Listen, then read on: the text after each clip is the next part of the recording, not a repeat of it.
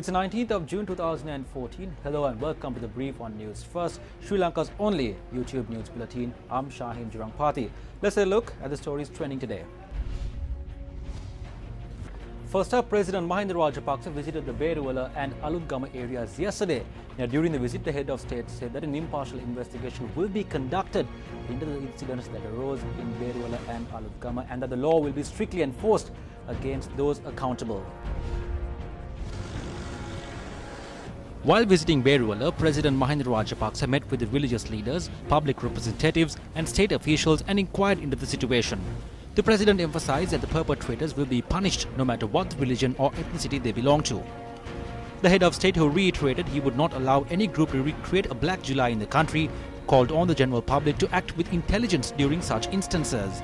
President Mahinda Rajapaksa went on to note that defeated political groups are attempting to create tensions in the country by rousing the people.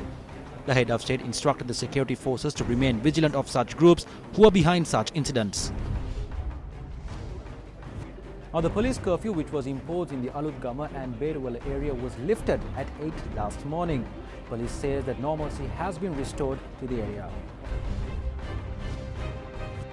Normalcy has been restored to the Alutgama Darga town and Valipanna areas following the unrest.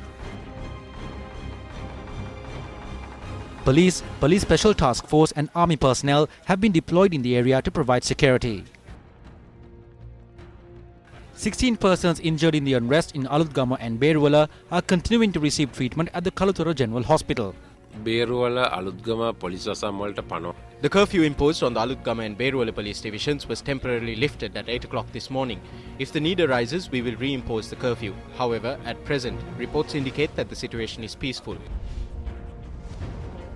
Chief Prelate of the Askiri chapter of the Siam sect, Most Venerable Udugama Sri Buddhirakkhita Thera, request that the motor racing event, which is to be staged in Kandy on the 27th and 28th of this month, be called off. We spoke against this. We told them not to have this event, but they wouldn't listen. There are those who have political connections. This is taking place according to their needs. We spoke against this around 2 years ago as well. We were against this event last year. Then they called it off because of Christmas. I wonder what has happened to the people. Kandy is not a place for motor racers. There is not enough space and the roads will be closed. This is a sacred city. That is why I said not to have it in Kandy and to host it somewhere else.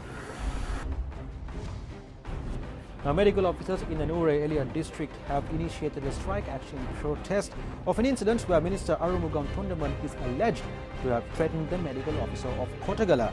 The Government Medical Officers Association says that the strike will be extended to all public hospitals in the district if the security of doctors is not guaranteed. 13 MOH officers in 5 divisional secretariat areas were closed down today as a result of the trade union action.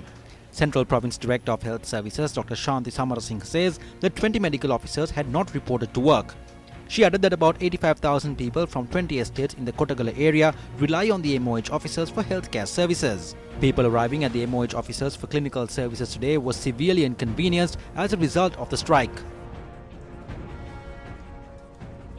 The conflict arose following an incident at the disaster management meeting held on Friday in the Kotagala area, where Minister Arumugam Thundaman is alleged to have threatened the medical officer of Kotagala, Janath Abegunaratna.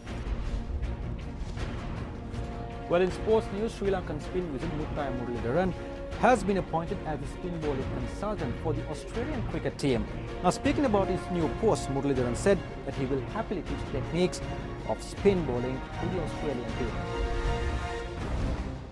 Yeah, I'm very much excited, and I know Australian team is a very good side, and whatever I know, a little bit of inputs I can put to them and try to do well in the series and make sure the spinners does well in those conditions, because those conditions might help spinners. So I know a few tricks to tell them what to do in those conditions. So I have played there a lot of matches, especially one-day matches. So that will help them a little bit. Let's now take a look at the foreign exchange rates issued by the Central Bank of Sri Lanka.